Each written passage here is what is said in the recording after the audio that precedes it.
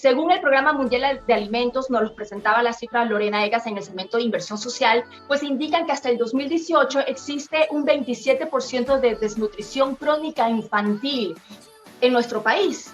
Estas cifras, considerando el año de pandemia y a la actualidad, obviamente ustedes como parte de un nuevo gobierno posicionado recientemente, pues han actualizado esas cifras. ¿Esto aumentó? ¿Cómo está ahora mismo esta situación? Y efectivamente, en el 2018 hay la última encuesta que da el número del 27%, y sin embargo, luego de haber pasado una pandemia que ha recrudecido los niveles de pobreza y extrema pobreza en el país, adicionalmente a eso le sumamos una crisis migratoria que estamos atravesando, eso va a definitivamente aumentar la cifra de desnutrición. Los expertos determinan que vamos a estar, o que deberíamos estar por encima del 30% ya. Desde que nosotros ingresamos al gobierno y tomamos esta responsabilidad en la Secretaría Técnica, que actualmente se llama Plan Toda una Vida y que va a cambiar de nombre en las próximas semanas a Ecuador Crece Sin Desnutrición, vimos que no teníamos información más reciente. Esa fue una de nuestras principales preocupaciones. Entonces, en esa línea, lo que estamos realizando varias acciones. Por un lado, ya iniciamos el piloto de una encuesta nacional de desnutrición infantil que va a estar listo el piloto a finales de este año, y la encuesta se va a comenzar a correr a partir del próximo año y esperamos tener los iniciales datos hacia mediados del año 2022. Sin embargo, no estamos esperando a tener datos más actualizados, sino que ya estamos tomando algunas acciones. ¿En cuánto asciende la inversión que tienen previsto realizar precisamente para esta área y las metas que en concreto se van a realizar por lo menos durante estos 4 años que corresponden al gobierno del señor Lasso? Sí, justamente. Parte de la planificación, del proceso de planificación estratégica es poder hacer un levantamiento de las necesidades de recursos, ¿no? Entonces hay un primer estudio que determina que hay una brecha de presupuesto de alrededor de $160 millones para al menos entregar las prestaciones básicas a madres gestantes y niños y niñas. Esto es, digamos, la primera brecha que se ha encontrado y que hay que cubrir. Por otro lado, hemos encontrado que hay una brecha enorme en la provisión de agua segura a nivel nacional. Solo para tener un dato a la mano, es que el 51%, o sea, apenas el 51% de los ecuatorianos tienen acceso a agua en el sector rural. Eso significa que 50, la mitad de los ecuatorianos en el área rural toman agua de acequias y ríos. Y muchos sabemos que los ríos no están en las mejores condiciones. Entonces, ya ahí tenemos un serio problema. Y se ha determinado que hay por lo menos la brecha de inversión para poder llegar a cubrir al menos el 80% del abastecimiento de agua, requiere de al menos 1.138 millones de dólares. Eso en agua. En saneamiento. Claro. El Ecuador tiene saneamiento, por ejemplo, estamos hablando de alcantarillado, de la disposición de desechos líquidos y sólidos. Existe una brecha enorme, mucho más grande todavía. Solo el 25% del país tiene acceso a alcantarillado. Para poder recuperar o para poder cubrir esa brecha se necesitan 4.000 millones de dólares. Entonces, estamos hablando de números realmente importantes que implicarían un gran esfuerzo fiscal y que obviamente no se van a poder completar en un año. Eso es un proyecto de muchos años. Por eso hablamos de que este combate no va no es de este gobierno. Ya se ha hablado un poco de dónde vendrán esos recursos. ¿Está ya contemplado dentro del presupuesto? Inicialmente, ahorita estamos en el proceso dentro del Estado, estamos en el proceso de planificación y de presupuestación para el año 2022. Y justamente vamos a incluir el cierre de estas brechas, y adicionalmente estamos trabajando en un proyecto articulado con los ministerios de Salud Pública, Educación, Registro Civil y la Unidad de Registro Social. Es un proyecto que va a ser un proyecto bandera del gobierno, donde vamos a desplegar brigadas territoriales para poder ir a captar a las madres gestantes, niños y niñas que estén en situación de pobreza y extrema pobreza y que debido a la pandemia no están yendo a los servicios de salud o ni siquiera han sido identificados. Es decir, nacieron durante la pandemia, pero la mamita o el papito o la familia no los llevó a registrarse, nacieron tal vez en su casa y no los llevó a registrarse y obviamente no para los servicios del Estado no son visibles, no sabemos que están ahí, ¿sí? Y si no sabemos que están ahí, menos podemos llegar a ellos con las prestaciones. Claro, entonces, y ya de por sí se conoce que el costo de una dieta nutritiva supera lo que es el ingreso familiar. Y por ahí también vemos una de las razones por las cuales existen estos problemas de desnutrición. Los niños no se están alimentando bien, incluso desde el vientre materno. Sí, aquí es una cosa, en este punto es muy importante, Carla, comentarte lo siguiente y que los radioescuchas puedan también conocerlo. La desnutrición crónica infantil no es un problema exclusivamente de alimentos. Y ahí tenemos que tener hacer un análisis muy amplio de el real abordaje que hay que darle. La desnutrición crónica es un problema sistémico, es un problema estructural, que tiene que ver con pobreza, que tiene que ver con falta de acceso a servicios de salud, que tiene que ver con falta de acceso a educación, ¿sí? Y obviamente también tiene que ver con la parte nutricional, pero no es exclusivamente de eso. Inclusive, para que tengan ustedes una perspectiva de que el problema no es de alimentos, es que en el estrato, en el quintil más rico del Ecuador, existe un 14% de desnutrición crónica. Y en el quintil más rico, de educación, de no sabernos alimentar. Es correcto. Entonces, ahora, entonces, en ese sentido, ¿existen campañas, existe algún programa precisamente para poder educar a los padres de cómo realmente debe ser una dieta? No sé, sí, algo que ayude en ese sentido. En el trabajo que estamos realizando, como yo les decía, en el eje por un lado estamos asegurando las prestaciones, digamos, garantizando al menos las prestaciones actuales, pero en la parte de planificación de mediano y largo plazo, estamos trabajando. Primero, yo les decía en esta campaña, en este gran proyecto de brigadas territoriales donde vamos a ir a captar a los niños que no fueron, identificados desde el inicio, e inclusive las madres gestantes que en este momento están en su estado de gestación, ¿sí? ¿Por qué? Porque ahí vamos a poder justamente poder hacer el seguimiento tanto de su sistema, los controles médicos para saber su estado nutricional actual y poder asegurarnos que ese niño cuando no nazca desnutrido, porque eso también sucede, ¿sí? Entonces, ese proyecto incluye una campaña nacional de sensibilización y de educomunicación. Vamos a salir en los próximos meses con esta campaña, porque lo primero que debemos hacer es sensibilizar a la ciudadanía acerca del problema. Carla, este problema de la desnutrición crónica es un monstruo escondido que nadie ha evidenciado en los últimos años. La desnutrición crónica infantil es el problema social más grande que tiene el país, pero asimismo es la mayor oportunidad para el desarrollo. Así que estamos, por ejemplo, en la parte de comunicación, vamos a tener una primera campaña de sensibilización para que la gente conozca, ¿sí? Usted, por ejemplo, que se ha preocupado en su programa de poder tratar el tema, usted obviamente ahora lo entiende mucho mejor, ¿sí? Y seguramente sus radioescuchas también.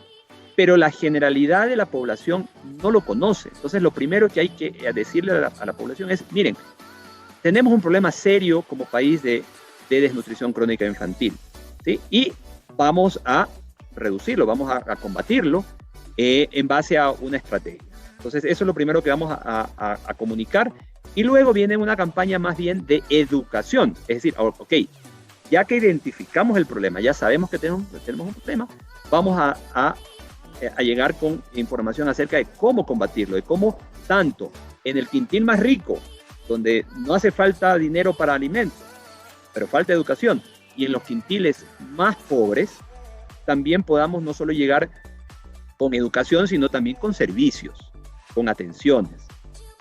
Lo que está comprobado a nivel internacional, la evidencia científica dice que para que un país pueda combatir la desnutrición crónica infantil, tiene que primero asegurar las atenciones médicas a la madre cuando está en estado de gestación. Una vez que el niño nace, ¿sí? La mamá tiene que llevar al niño a sus controles mensuales, todos los meses durante al menos 2 años. Lo otro que tiene que hacer es darle lactancia materna exclusiva durante los 6 primeros meses. Luego de los 6 meses, la lactancia es complementaria a la alimentación del hogar, que también debe tener ciertos criterios nutricionales, ¿sí? Entonces, todo eso es parte de la educación que hay que darle a la población respecto a qué hacer con el niño, claro, con el niño recién nacido. Ahora, ¿hay algún tipo de seguimiento que podrían hacer ustedes precisamente para poder vigilar que aquellos padres que están recibiendo ayuda, pues hagan su parte de responsabilidad y, como usted dice, llevar a los niños, por ejemplo, a los chequeos médicos? Porque podría suceder que, claro, reciben ayuda y en lugar de destinarlo para el bienestar de sus hijos, pues sí sabemos que hay muchos padres también que son irresponsables y simplemente destinan estos recursos para otra cosa. Me refiero cuando reciben subsidios económicos. Efectivamente. Esta estrategia o este plan estratégico en el que estamos trabajando tiene un componente que se llama seguimiento nominal. Eso nuevamente es una de las mejores prácticas a nivel mundial que permite hacer seguimiento niño por niño de las atenciones que deben tener. Entonces ahí vamos a poder hacer seguimiento. Una vez que una madre gestante está identificada, tiene que cumplir al menos 5 chequeos prenatales. En los chequeos se va a poder determinar su estado nutricional y si necesita vitaminas, hierro, ácido fólico. Una vez que el niño nace, el sistema nos va a permitir hacer seguimiento si está llevando al niño a sus chequeos mensuales. Los 1000 primeros días de vida, esto es importante también aclararlo, estamos hablando de los 1000 días desde la concepción, es decir, 270 días en el vientre materno y 720 días una vez que nace, es decir, hasta más o menos los 2 primeros años de vida, ¿sí? Ahí están los 1000 primeros días. Los 1000 primeros días, en base a la evidencia científica, está comprobado que se conoce esa etapa como la ventana de oportunidad. ¿Por qué? Porque en esos 1000 primeros días desde la concepción es cuando se generan el 80% del desarrollo cerebral, donde se generan el 80% de las conexiones neurológicas, de las conexiones neuronales, ¿sí? Entonces, ¿por qué es importante que nos concentremos en los primeros 1000 días?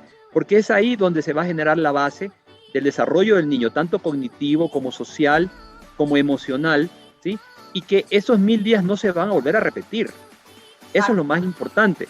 Si nosotros no podemos ayudar a los niños durante los 1000 primeros días, luego no vamos a poder recuperar aquello que perdimos en los 1000 días, ¿sí? No se van a volver a formar esas conexiones neuronales de igual manera, o va a ser extremadamente más difícil y costoso.